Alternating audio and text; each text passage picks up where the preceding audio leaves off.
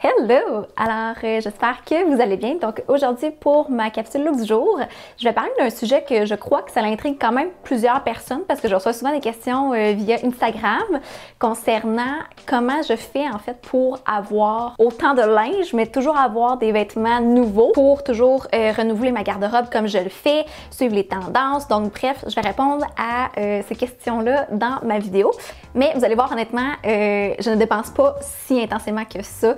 Je vais vous donner des petits trucs en fait comme moi, qu'est-ce que je fais. Bon, c'est sûr qu'on va régler une affaire. Quand que je collabore avec des compagnies, les contrats que je reçois, la plupart du temps, ça fait partie du contrat que je vais recevoir une carte cadeau de X montant pour que je puisse aller magasiner les vêtements pour créer mon contenu.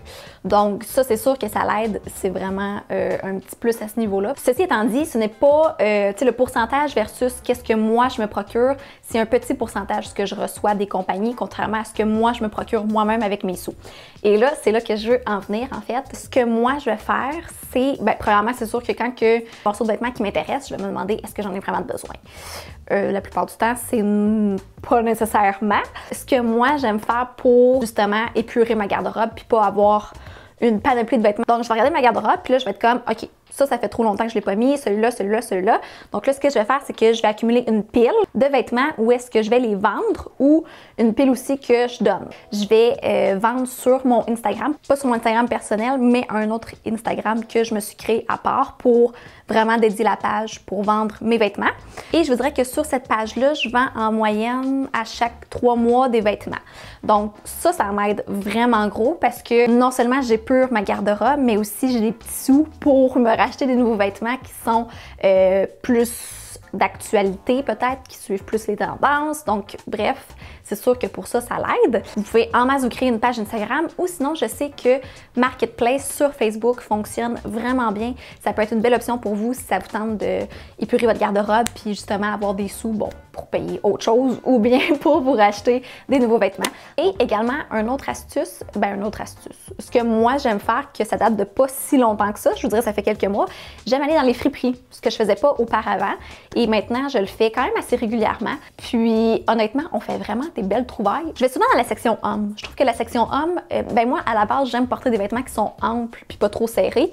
Mais dans la section hommes, tu sais, des sweaters oversize, amples, des manteaux, des trench coats. C'est de venir après ça les agencer dans ta garde-robe. Tu sais, mettons, tu te dis, j'ai peut-être un morceau dans ma garde-robe qui pourrait fitter avec ça, faire du layering. Puis, tu sais, pour vrai, il y a vraiment place à l'imagination quand on va dans les friperies, là. C'est vraiment rendu une petite partie de plaisir aller dans les friperies puis dénicher des morceaux. Puis en même temps, c'est quasiment unique les morceaux que tu vas dénicher.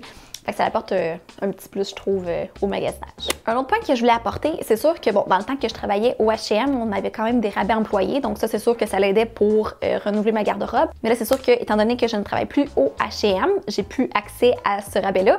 Par contre, ce que j'aime faire, moi, c'est qu'il y a la partie au H&M qui s'appelle Conscious. Lorsque tu apportes des sacs de vêtements au H&M, en fait, ça peut être vraiment toutes sortes de textiles, peu importe qu'est-ce que c'est. Et à la caisse, ils vont vous donner des rabais de 5 $, donc c'est un petit papier vert. Donc c'est quand même assez pratique parce que déjà qu'à la base, les morceaux de vêtements sont quand même abordables, puis qu'en plus de ça, tu peux avoir un rabais de 5 $. Je pense que c'est à chaque tranche de 30 $ que tu dépenses, tu peux utiliser ton Conscious. Mais quand même d'économiser des sous sur ton achat. Donc c'est un petit plus, ça c'est peut-être de quoi que vous ne saviez peut-être pas. Et le dernier point que je voulais apporter, c'est ça, je le fais pas souvent, mais je le fais peut-être, je sais pas moi, une fois ou 2 mois. Je vais me procurer des items sur Zara en ligne. Je vais les recevoir chez nous. Je vais les présenter. Je vais prendre des photos. Évidemment, je garde les étiquettes. Et par la suite, je vais tout simplement les retourner par la poste. Pour moi, ça me permet d'économiser des sous, mais aussi de créer du nouveau contenu avec des nouveaux vêtements pour vraiment créer des nouvelles tendances, vous inspirer pour vos looks à vous. Donc pour moi, ça m'aide beaucoup. Mais tu sais, je vous dis pas que quand je prends une commande sur Zara, je renvoie tout. C'est sûr que quand que je fais une commande puis qu'il y a des morceaux que j'ai vraiment un coup de cœur, je vais le garder évidemment parce que tu sais, ça prend quand même des morceaux de vêtements aussi de temps en temps, là. Alors voilà, c'est tout ce qu'on fait pour ma capsule aujourd'hui. J'espère que ça vous donne des petits trucs, astuces, comment économiser sur vos vêtements et tout. Alors voilà, donc on se retrouve pour une prochaine capsule. Ciao!